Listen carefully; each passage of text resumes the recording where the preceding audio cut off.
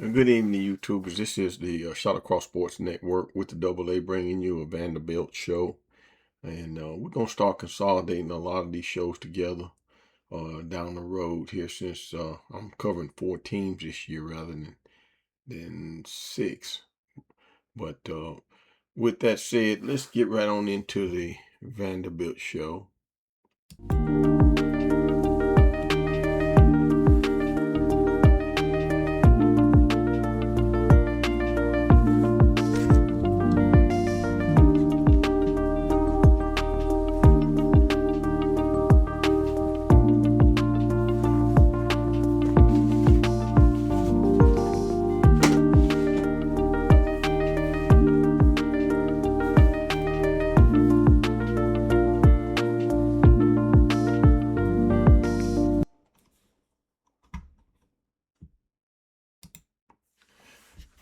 Good evening. This is the Shot Across Sport Network with the Double A bringing you a Vanderbilt show, Vanderbilt Commodores, and just talking about the Vanderbilt Commodores, what they're going to do, and how well we think they're going to play. We'll talk about their recruiting. I think they signed maybe 26, 27 players this year, and for 2026 season, doing pretty good for the 27 season.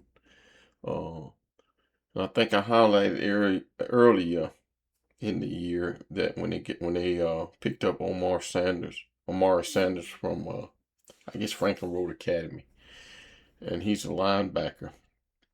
I actually went to school with his grandfather, but he good player, gonna be a good player for Vanderbilt. I'm gonna kind of show you a little bit of Jared Curtis, some of his senior year, I think at Nashville Christian School, I believe it was, and show you a little bit about him, and then let's look at the agenda here that we have for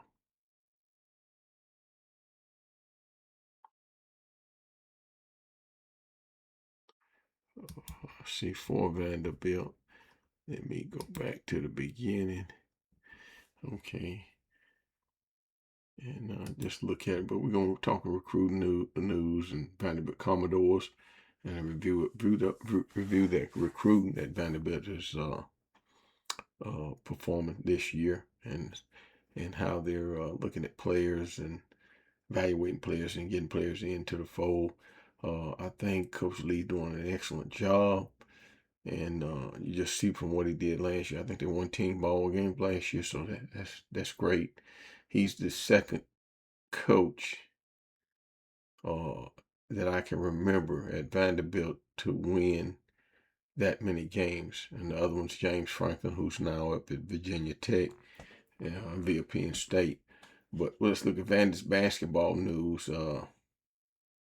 They look at what they're doing in basketball a little bit and talk about it, and then Vandy's football schedule. Look at it and evaluate it. Look at the Vanderbilt football roster, and then look at the depth that they have in Vanderbilt schedule analysis and projection of wins and losses, and review. Probably look at the coaching staff also if we can. But with that said, let's go and get this show on the road, and let's look at where is it at?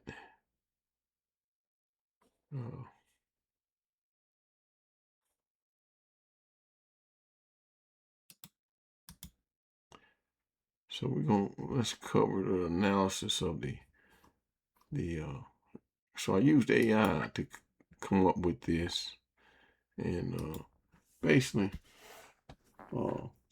AI is basically saying that Vanderbilt's going to win the Austin Peay game, the Delaware game, and one or two lower tier SEC opponents this year, and possibly upset over North Carolina State. Then the likely losses: Georgia, Texas, Alabama, LSU, Tennessee.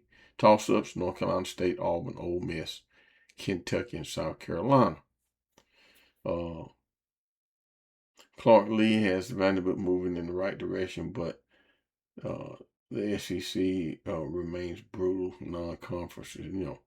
Favorable enough to get to a bowl if they can get to 6-6 if they split their toss-up games. Best case is 8-4, most likely 6-6. The worst case is probably 4-8, I guess, somewhere around there. But that's just AI evaluation that I did to look at the schedule and to look at the way the opponents are going to play and what type of transfer portal players they have. Let's look at the overall uh, ability of the teams based on personnel, and so that's what AI looks at, a lot of different aspects of the game and the teams that are going to be facing Vandy this year. Okay, so with that said, let's look at the roster, Vanderbilt's roster, and I'm just looking at the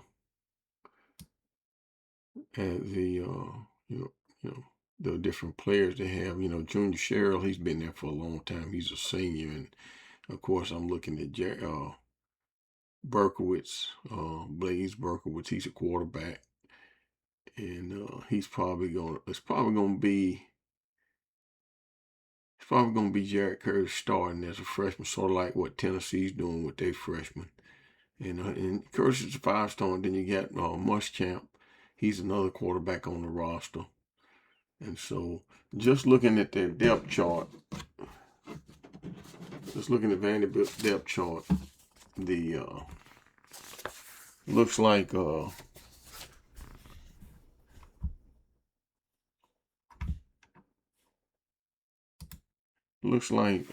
Vanderbilt's going to start at least 1, 2, 3, 4 transfer portal players on the offensive side of the ball. That a strong guard and a center, and then an offensive tackle and a wide receiver, Adam Cole.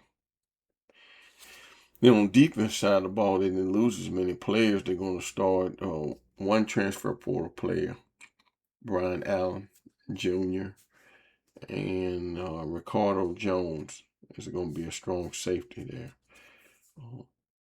But it looks like they bought in 1, 2, 3, 4, 5, 6, 7, 8, 9, 10, 11, 12, 13, 14, 15, 16, 17, 18.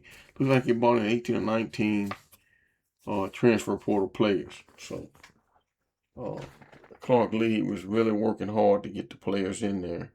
And so with that said, let's go over here and look at the coaching staff, if I can pull it up.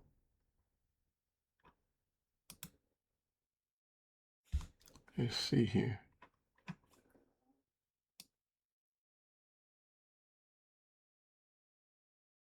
Let's see.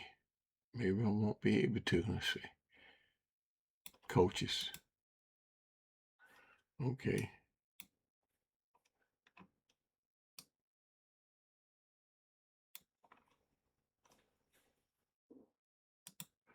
But Jerry Kill is still there, and he's like an offensive assistant and supervisor. He's still there. Tim Beck is still the OC.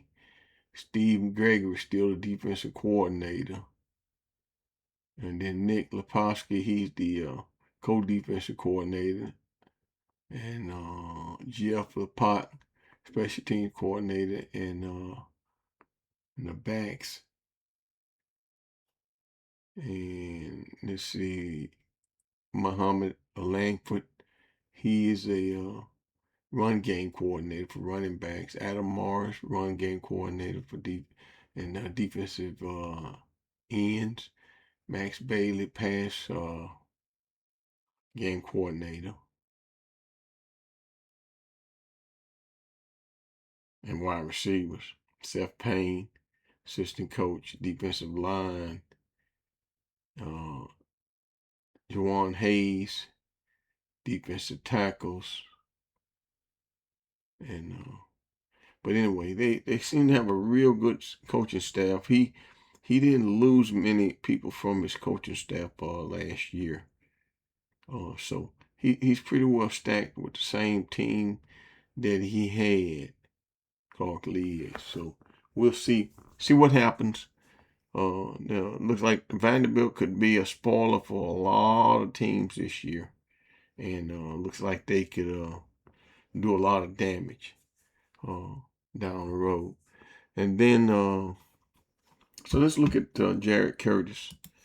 Uh, I just want to highlight some of the skills that he has as a freshman. So let's look at him. So just looking at Curtis, he's about 6'3" or 6'3" and a half, 6'4", 230 pounds.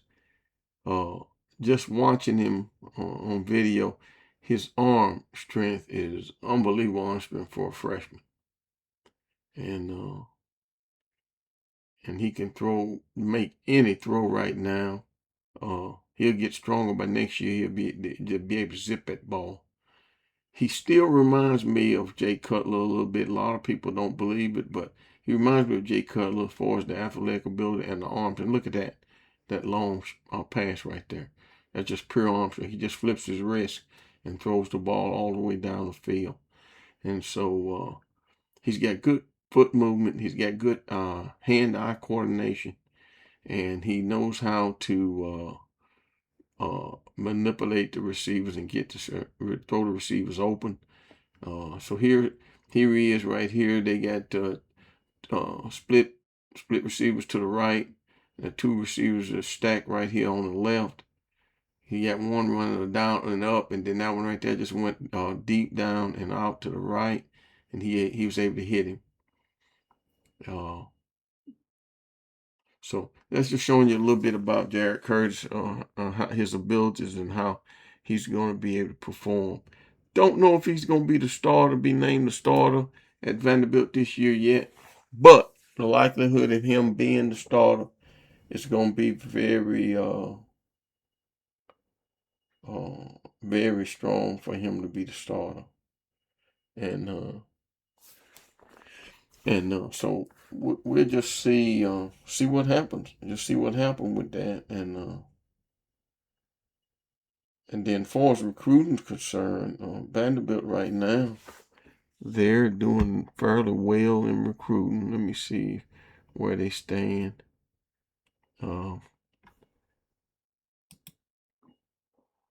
Let's see, for 2027. Let's see here. That's the wrong one. There we go. And so just looking at it, Omar Sanders, like I said, he's probably the top prospect. Allen Evans, he's the next top prospect. And then Jasper Nguwik, Nagowhere, he's an offensive tackle. And then Brett Haviland, he's a tight end. So they've got about, then this is the 27 class. He had about 17 commits already and still working on it. I think they get right now they're number 35, so they can move on up, number 14 in the SEC. With a rating of 87.73. So they can move up. He can get some more players. They're still recruiting all the way up till the season starts. And the high school season starts either this week or next week. So we have to see. I think maybe one game, some games on Friday of this week. But the big get for Vanderbilt in this 27 class is Amari Sanders. He's going to be a star out of Franklin Road Academy. And Vanderbilt has to recruit well, and they have to do well in the portal to keep up with all the other teams in the SEC. So we'll see what happens with that. And then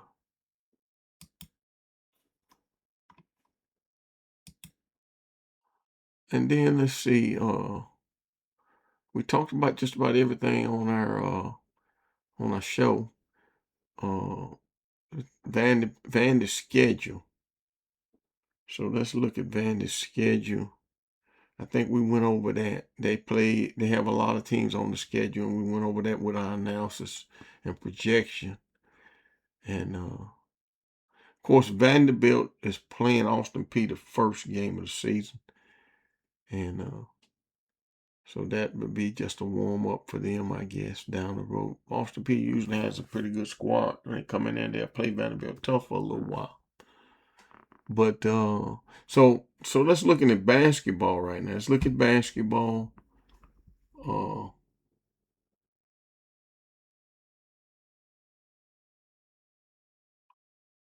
Don't know where Vanderbilt is in basketball. I know they got some players. They went out and picked up some players, like Tennessee has in the portal, and the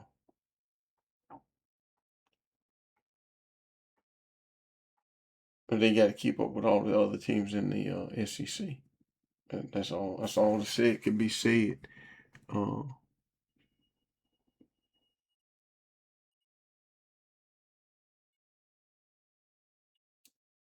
let's see here. Trying to see what they did in the.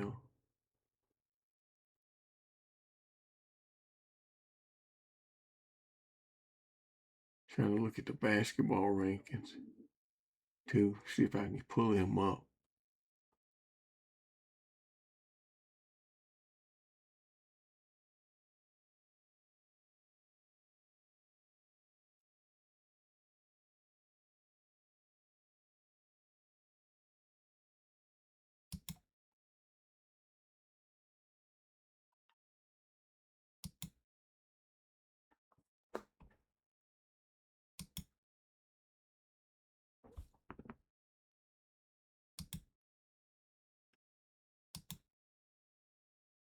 All right, let's see. So it looks like, let's see where Vanderbilt is in there. So this is basically just a recruiting class for 20. This is for 2027. Let's look and see what Vanderbilt did for 26. There we go. And 26 should be able to pull up what they did. Okay.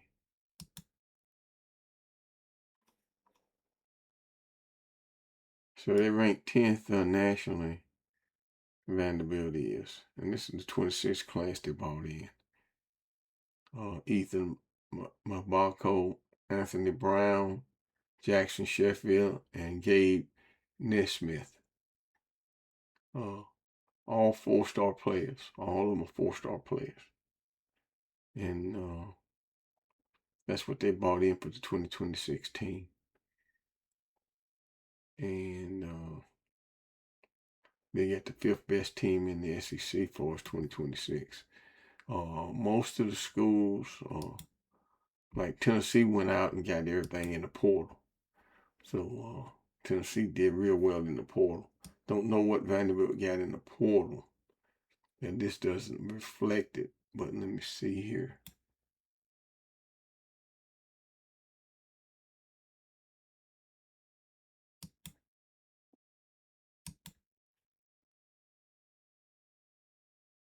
Let's see, transfers.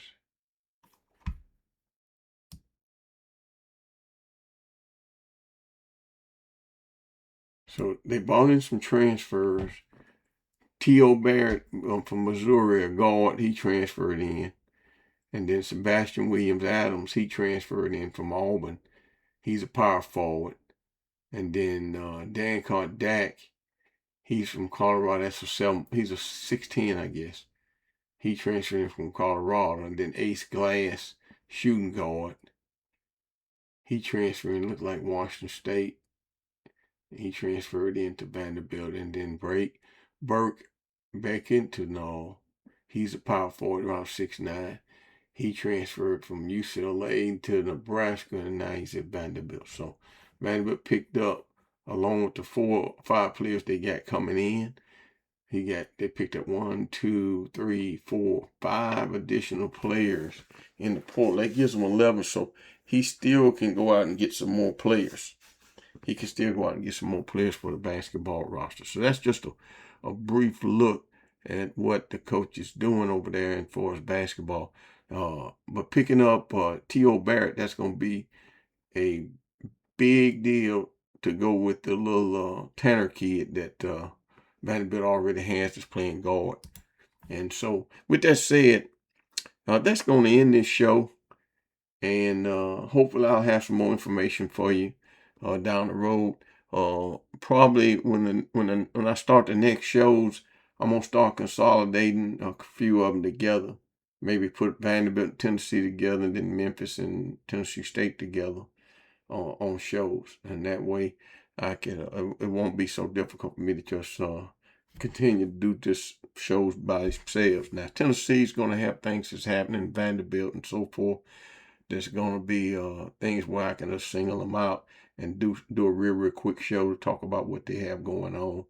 But normally I may consolidate some of the shows and be just one big show. But with that said, this is going to end the Vanderbilt University Commodore show. And hoping to see you on the next show. Remember, like, subscribe, share, and hit the thumbs up button for me.